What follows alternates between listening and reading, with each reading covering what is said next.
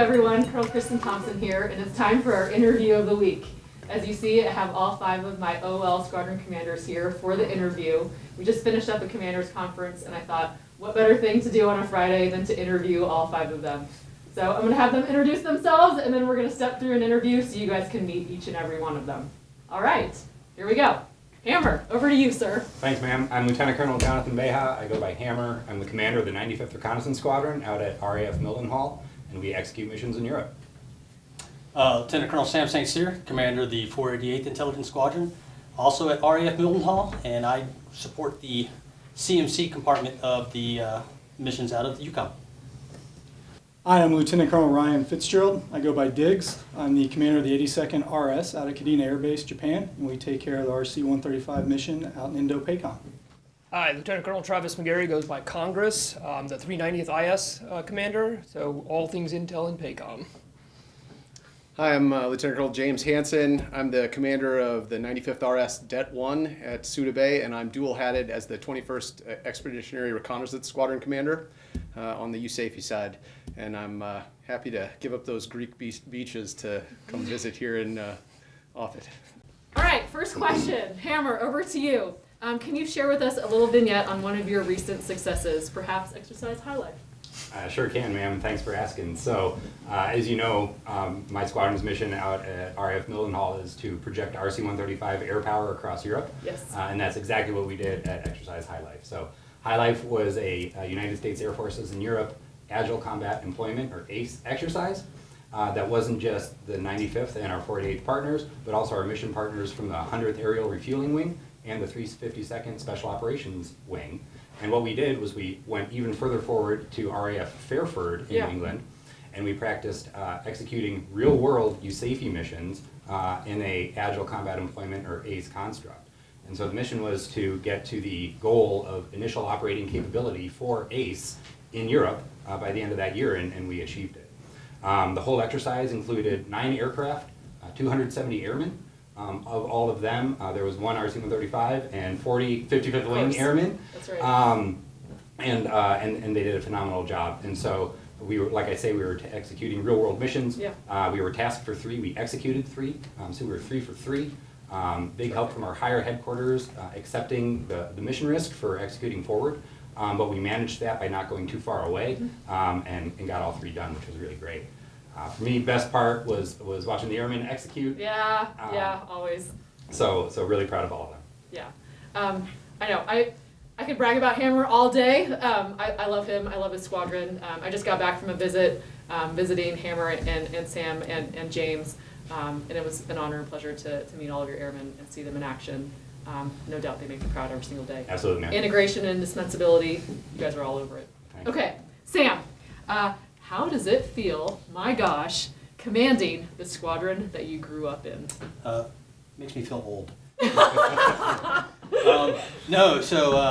I started out, actually I started out as a ground guy at Fort Meade, but my first airborne assignment was at the 488th. I showed up there in very early of 1997 as a senior airman, flying back in as a air TAC op. Yeah. Out of PSAT and doing all sorts of stuff during Kosovo as well. So to come back 21 years later to be the squadron commander, it's kind of surreal, sitting in the big office with the big chair and the big desk. Right. And looking at the airmen that are there, and it's like, I was once there, but they're so much smarter than I was 20 years previous. I still kind of just like in awe of the fact that I get to be, the guy in charge of all these fantastic airmen. Going to the ALS graduations to the same ALS schoolhouse that I went to 20 years ago. It's just, it's absolutely fantastic. I think being a prior enlisted guy, particularly in that same squadron, I have a very good affinity with everybody that works in that squadron because I've been there, I've done that in the same location, in the same op areas, and I experienced the same thing that they're experiencing now. So it's a highlight of my career. It would have been a great place to end my career, but now I get to come here in a couple of months. Heck yeah! We're coming off crew staff. That's right. That's right. I tell people all the time that airmen take on the personality of their leader. No better leader of the 488th. Your airmen are doing wonderful things, and it's because of your leadership and because of your background and experience. So We're forever grateful. Thank you, ma'am. Thanks, Sam. Okay, Fitz. How do you balance the family aspect of our wing priorities while living on Okinawa? It's a really good question. You know how busy our unit is, Yeah, I do. and so we've really had to put some focus on the family priority. Over the last year, we've seen a 200% increase to our mission tasking, Yeah. and that's come with some significant challenges when it comes to our duty schedule, in particular our maintainers. Yes. You know, the mission tasking was driving us to a posture where they were 24/7, 365. And it was really the family lens that we really looked through when we said we had to find a better way to do business. And we looked to change, you know, our capacities and our capabilities to kind of find a more enduring way to schedule both maintenance and flying practices. And now we have completely restructured, and we have a schedule that is focused on protecting time off. We know, our guys know that they're gonna have to come to work and they're gonna work long hours, but they also know, more importantly, that when they're off, they're off. They're not gonna get that phone call on the weekend asking them to come in because we have a new high priority mission. And knowing that they have that time off and it's fenced off for them, they can really focus on what's important to them and to their families. In conjunction with that, you know, we're always looking to take advantage of the beautiful island of Okinawa Yeah. and, you know, all the things that Team Kadena has to offer for us. And so our airmen, particularly our unit advisory council within the squadron, is always looking to put on events. And these are, you know, our airmen putting on events for other airmen in the squadron and their families.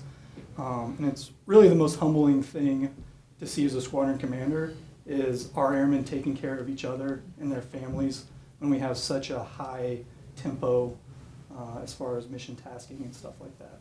Yeah. You know, they've all heard me say it numerous times, but disciplined combat focus is a big deal for me. And, you know, when you have airmen that come to work and they wake up and they just want to be excellent and they want to go execute, there's nothing that makes me more proud. And then the fact that you're taking care of the families, I say all the time too, you know, we fight hard, but we love harder. There is no better example of that than the 82nd RS. So that's keep being you, of course, keep loving on your airmen, and keep doing the things that you guys are doing, because the balance with the mission and the families, you guys got it right. Thank you. Love it. All right, Travis. Yes, ma'am.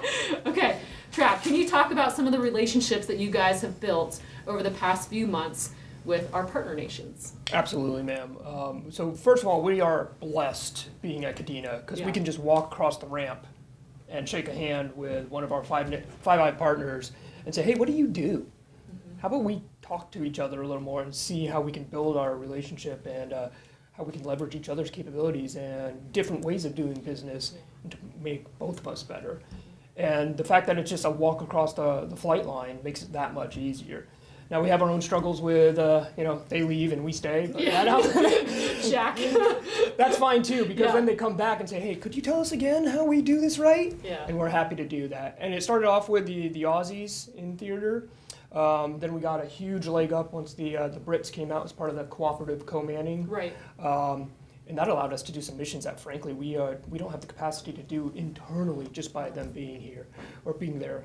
And we're working with the Kiwis to get on their aircraft and get them on ours. Once we get over the Australian, getting him on our aircraft, because we have one in the unit right now, just working through the paperwork process for it.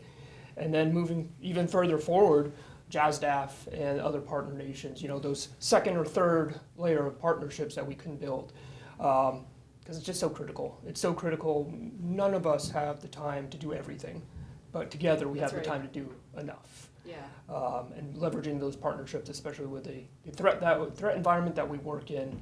And should that happen, we're going to have those pre-built relationships to bounce in and out and execute the ACE construct that we need to for those future mission sets. Yeah. Little known fact, of all the people here, I've known Travis the longest from our previous life when we were both bebopping around Tinker Air Force Base. Yes, ma'am. So it was truly special when I saw that Travis was going to be the 390th commander, because my gosh, we already had a relationship. Yes. And then, of course, speaking of relationships, there's no better model than what you're employing from Kadena. You guys are absolutely killing it when it comes to partner integration. I said earlier, the integration piece is so important with what we do, especially when we're flying ATO missions, and the fact that you're blending in our teammates from other nations, and then even at a giant wing that Kadena is. Thank you guys. And then I will say too, my visit to go see you guys back in, I think it was November. My first time to Kadena, and I had an absolute blast. Seeing them and seeing their airmen do their thing was, my gosh, it's the best feeling in the world. You know, I didn't want to come back. But I really wanted to stay in Suda Bay. Everybody does. You know, Greece is phenomenal if you've never been, so I feel very lucky that we have a tremendous debt out at Suda. So, James, being a tenant unit on a naval base, you've developed some very special relationships yourself to accomplish your mission and support your airmen. Can you elaborate on those and then share with us the significance of building those relationships? Yes, ma'am. We're the largest tenant unit of 16 on the naval facility. That's right. You know, with that, sometimes we're almost half the number of the total number of Navy personnel on the island. We are a significant footprint there. Their support for us, you know, is imperative to the success of our mission. And so building those relationships, whether it's through kickball or the Halo Bales or our weekly emergency management meetings, it's imperative to the success of that moving forward. We take it one step further with maximizing our integration opportunities in the theater there, not only with our UKRJ partners, both north and south of our ongoing operations, but also in naval opportunities with the VQ1 interfly program, as well as our seeking out our opportunities for other assets that deploy out of Suda as well. Yeah.